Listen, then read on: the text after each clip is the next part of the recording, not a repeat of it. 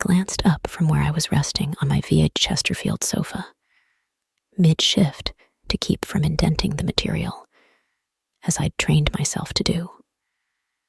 At the foot of it stood my mother, who was giving me such a deep, disapproving look that I almost made a move to sit up properly. Her expression was the definition of disappointment. Slim nose upturned, devil red lips twitching. I already knew where this conversation was heading, and I let my cheek fall onto the cool leather with a sigh. "This again?" I said.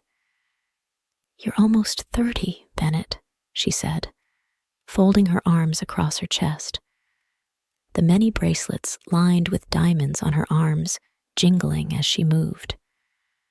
Her dark hair was tied in a tight bun on the top of her head, giving her an all-around stern aura. I raised an eyebrow at her. "I'm 25. I don't really think that's close to 30. "Your father and I married when we were 22, she said matter-of-factly. "It's time for you to stop fooling around and creating scandals and making our family look bad." "I don't make our family look bad."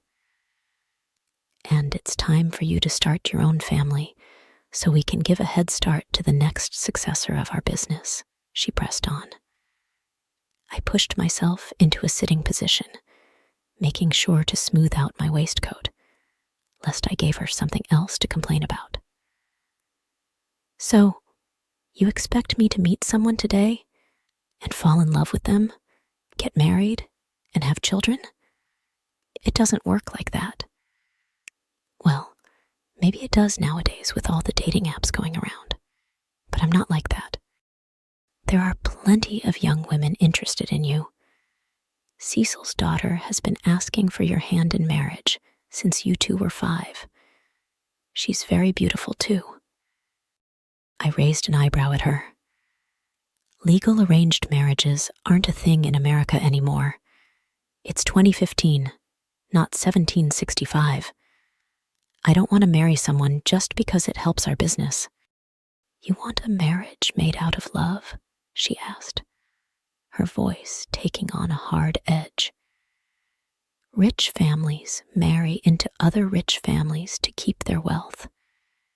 It's what all our ancestors have done before us, and what we will continue to do. That's how we keep our business alive." Arguing with her was fruitless.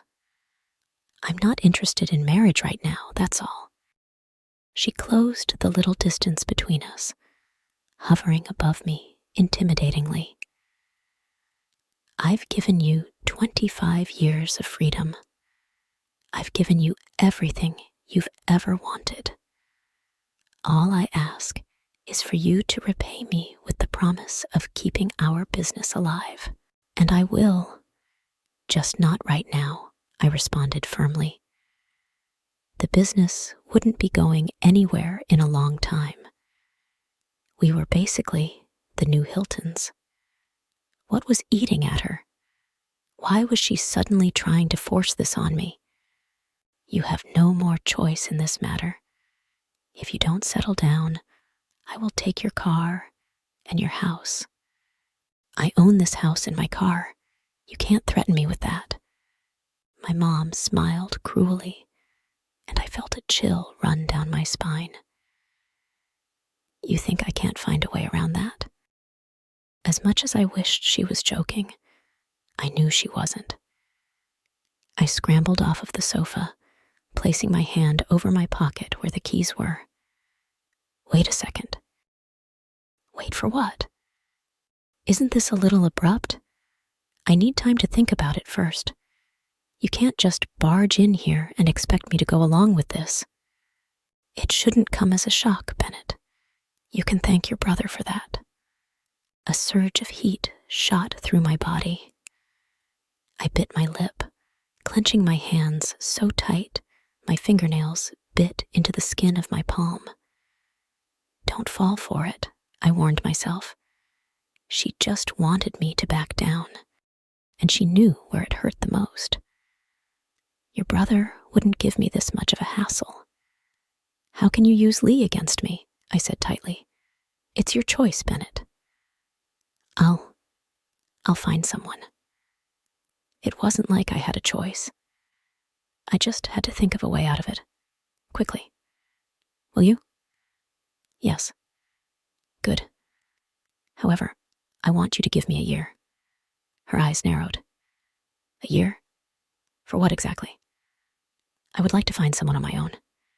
Then when the year is up, I'll bring her to you, and we will talk about marriage.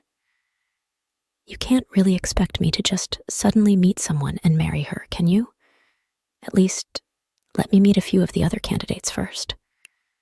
The room was deathly silent as my mother contemplated my offer. I could feel sweat forming on the back of my neck. If only she would agree to my proposal, then I could have more time to figure out what to do about the ultimatum she'd given me. If she said no, what could I say against her when she used Lee as leverage? 6 months, she finally said. 6? You may have 6 months to court someone, she permitted. Not a day more. When the time is up, you must bring the girl you choose to me, and I will decide if she will be allowed to marry into our family.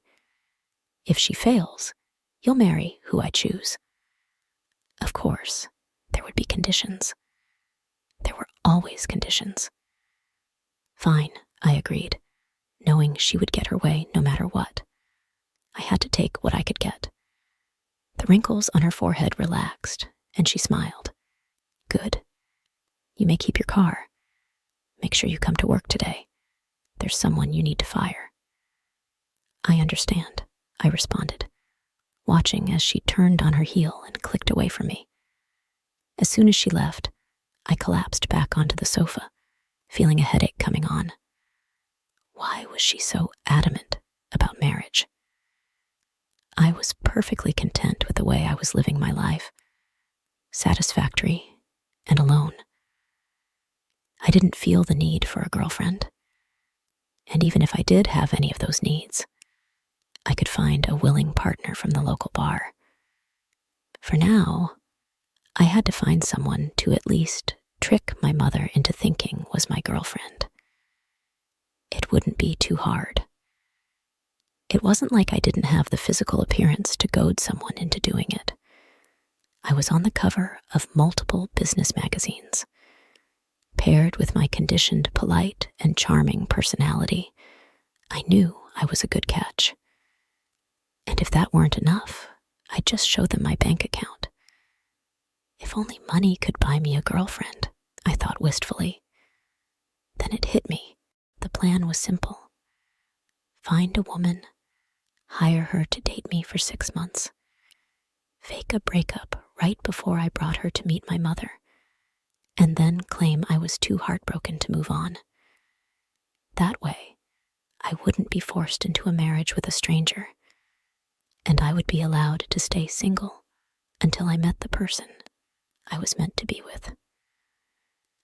Surely my mother would feel pity for her son going through his first heartbreak. It would be easy. I grinned to myself, adjusting my tie.